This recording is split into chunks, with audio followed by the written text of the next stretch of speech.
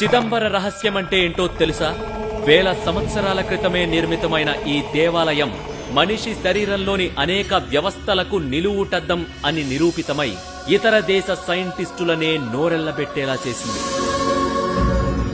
చిదంబరం తమిళనాడులోని కడలూరు జిల్లాలోని క్షేత్రం. చెన్నైకి 240 కిలోమీటర్ల దక్షిణంగా ఉంది.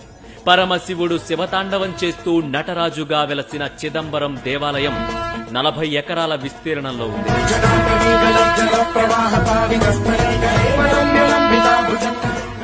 చిదంబరంలో ఉన్న నటరాజ విగ్రహం కాలి బొటనవేలు భూమి అయస్కాంత క్షేత్రానికి మధ్య బిందువు అని 8 సంవత్సరాల పరిశోధన అనంతరం శాస్త్రవేత్తలు తేల్చి చెప్పారు.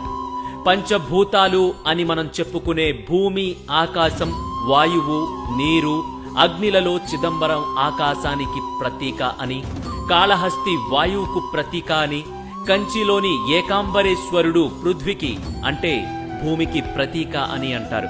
అయితే ఇక్కడ అద్భుతం ఏంటంటే ఈ 3 దేవాలయాలు ఒకే రేఖాంశం మీద ఉన్నాయి. మానవుడికి నవరంధ్రాలు ఉన్నట్లు చిదంబరం దేవాలయానికి 9 ప్రవేశ ద్వారాలున్నాయి. మానవుడు రోజుకు 21,600 సార్లు గాలి పీలుస్తాడు. చిదంబర దేవాలయంలో పైన 21,600 బంగారపు రేకులు తాపడం చేశారు. ఆ బంగారపు రేకులు తాపడం చెయ్యడానికి 72,000 బంగారపు మేకులు వాడారు. మన శరీరంలో ఉండే నాడులు 72,000 అని ఆయుర్వేదం చెబుతోంది. చిదంబర దేవాలయంలో పొన్నాంబళం కొంచెం ఎడమ వైపునకు ఉంటుంది. అది మన హృదయ స్థానం. అక్కడికి వెళ్లడానికి పంచాక్షరి పడి ఎక్కాలి. అది నమశివాయ పంచాక్షరిని సూచిస్తుంది. కనక సభలో 4 స్తంభాలు 4 వేదాలకు ప్రతీకలు. పొన్నాంబళంలో 28 స్తంభాలు 28 శైవ ఆగమాలకు ప్రతీకలు. ఇవి 64x64 దూలాలను సపోర్ట్ చేస్తున్నాయి. అంటే 64 కళలు ఉన్నాయని రుజువు చేస్తున్నాయి.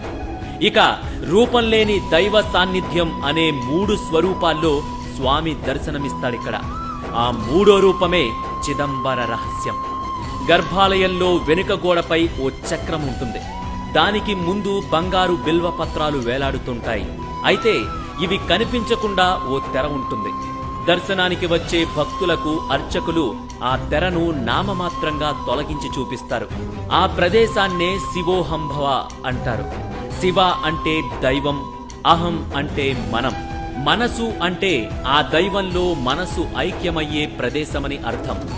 ఏ రూపు లేకుండానే అజ్ఞానాన్ని తొలగించుకుంటూ దైవ సాన్నిధ్యాన్ని అనుభూతి చెందడమే ఈ క్షేత్ర ప్రాశస్త్యం. అదే చిదంబర రహస్యం.